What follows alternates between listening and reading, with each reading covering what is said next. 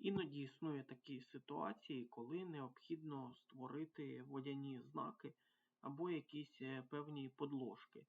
Для цього ми повинні перейти на вкладку «Конструктор», далі обрати водяний знак і обрати настроюваний водяний знак.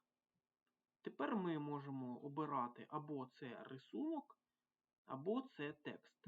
Давайте зробимо текст і замість слова «зразок» напишемо слово «навчальний».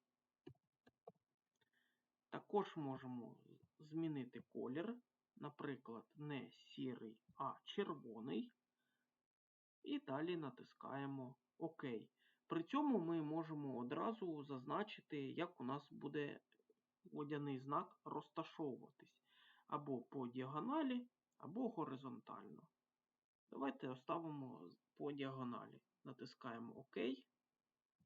І бачимо, що у нас тепер усюди є підложка «Навчальний». Також ми можемо натиснути «Чернетка». І тепер у нас буде такий водяний знак.